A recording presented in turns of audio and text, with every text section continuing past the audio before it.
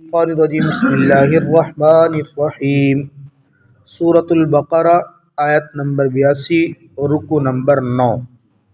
وَإِذْ أَخَذْنَا مِيثَاقَ بَنِي إِسْرَائِيلَ لَا تَعْبُدُونَ إِلَّا اللَّهَ وَبِالْوَالِدَيْنِ إِحْسَانًا وَذِي الْقُرْبَى وَالْيَتَامَى وَالْمَسَاكِينِ وَقُولُوا لِلنَّاسِ حُسْنًا وَأَقِيمُوا الصَّلَاةَ وَآتُوا الزَّكَاةَ ثُمَّ تَوَلَّيْتُمْ إِلَّا قَلِيلًا مِّنكُمْ وَأَنْتُمْ مُعْرِضُونَ۔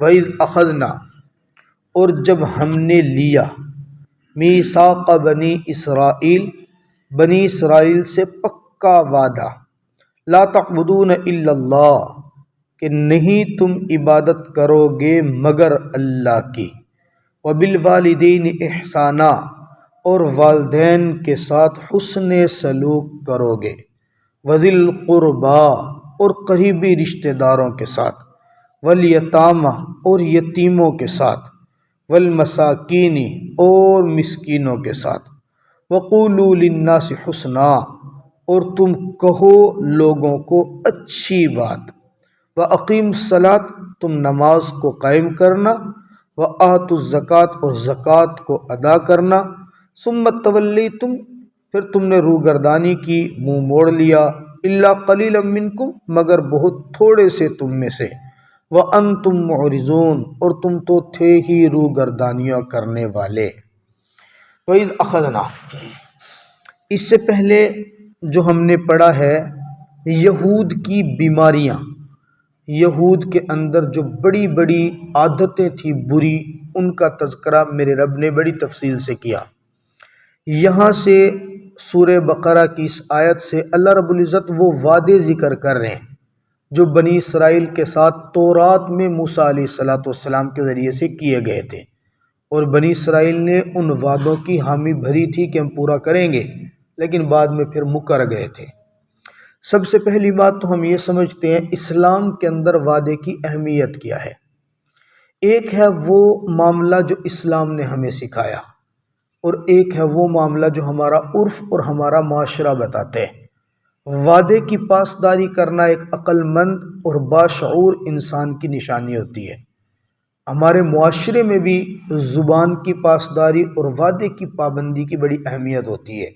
انسان کا کھرا ہونا، کھوٹا ہونا، اس کا معیار یہ رکھا جاتا ہے یہ بندہ زبان کا بڑا پکا ہے، یہ بندہ بات کا بڑا پکا ہے، یہ بندہ وعدے کا بڑا پکا ہے، یہ اس کے کھرا ہونے کی نشانی سمجھا جاتا ہے۔ جو بندہ زبان کا پکا نہیں ہے، وعدے کی پاسداری نہیں کرتا، باشعور لوگ بھی اس کو اچھا نہیں سمجھتے۔ شریعت میں اور قرآن میں بھی اسی طرح اللہ رب العزت قرآن پاک کے اندر تو واضح فرماتے ہیں، یا ایھا الذین آمنوا اوفوا بالعقود، ایمان والو تمہارے لیے باقاعدہ حکم ہے، وعدہ کرو تو پورا کرو، نہیں پورا کر سکتے تو وعدہ ہی نہ کرو، لیکن وعدہ پورا کرنا یہ ایمان والوں کی علامت ہے۔ اب ہم مومنین کے لیے یہ حکم ہے تو ہم سے پہلے جتنی قومیں گزری ہیں ان کے لیے بھی یہی حکم تھا۔ کچھ معاملات، کچھ احکامات ایسے ہیں جس کے اندر تمام انبیاء اور ان کی قومیں مشترک رہی ہیں۔ انہی میں سے چند ایک معاملات یہ ہیں، بنی اسرائیل بلکہ سابقہ جتنے بھی انبیاء آئے سب سے یہ والے احکامات سب کے اندر مشترک تھے۔ سب سے پہلا حکم جو بنی اسرائیل کے ساتھ وعدے کی صورت میں کیا گیا، لا تعبدون الا اللہ، اللہ کے علاوہ کسی اور کی عبادت نہیں کرنی۔ عبادت کیا ہوتی ہے؟ کسی کو بڑا سمجھ کے نا اپنے آپ کو اس کے سامنے انتہا درجے کا حقیر بنا لینا، اور حقیر بنا کے اپنا سب کچھ اس کے سامنے وار کر دینا۔ اب عبادت میں جس کی عبادت کی جائے اس کی معرفت ضروری ہے۔ ہم اللہ تعالیٰ کی عبادت کرتے ہیں نا تو ہمیں اللہ کو پہچاننا پہلے ضروری ہے، اللہ ہے کیا۔ جب تک ہم اللہ کی پہچان نہیں کریں گے تو اللہ کی عظمت دل میں نہیں آئے گی۔ جب اللہ کی عظمت دل میں نہیں آئے گی تو ہم اس کے سامنے اپنی سب سے بڑی عظمت والی چیز اپنی پیشانی کیسے جھکائیں گے۔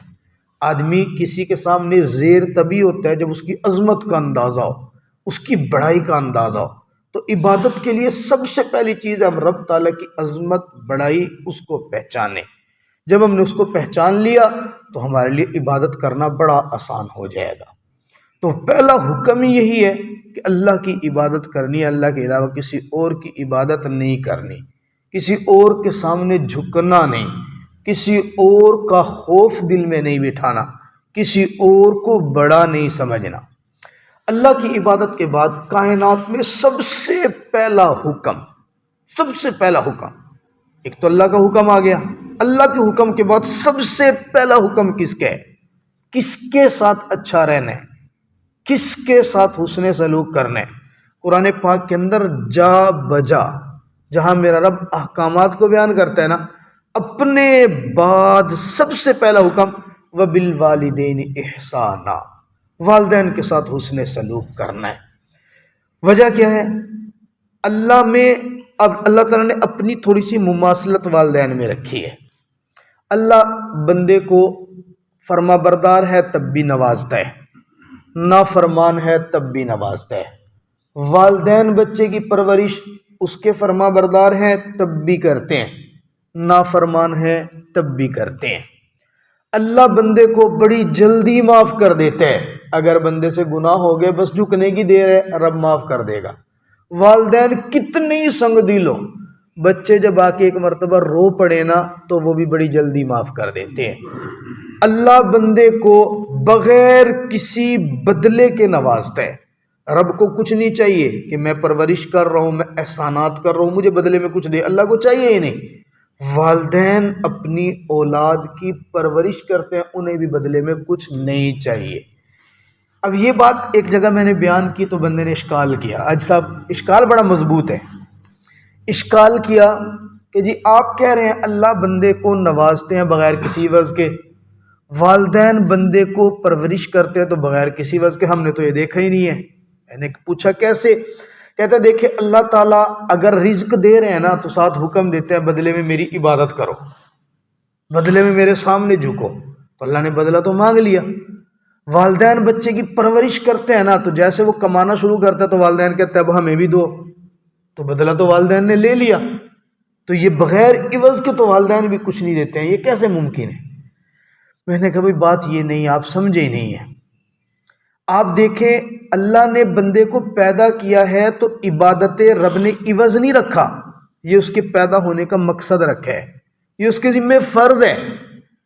اگر اللہ عوض مانگ رہا ہوتا نا تو جب ہم رب کی عبادت نہیں کر رہے ہیں تو وہ دینا چھوڑ دیتا۔ عوض تو وہی ہوتا ہے نا کہ ہم کچھ دیں گے تو وہ کچھ دے گا، ہم کچھ نہیں دیتے تو وہ بھی نہیں دیتا۔ ہم دکاندار سے چیز خریدنے جاتے ہیں، ہم پیسے دیتے ہیں تو بدلے میں وہ چیز دیتے ہیں، جب ہم نہیں دیتے تو وہ نہیں دیتا۔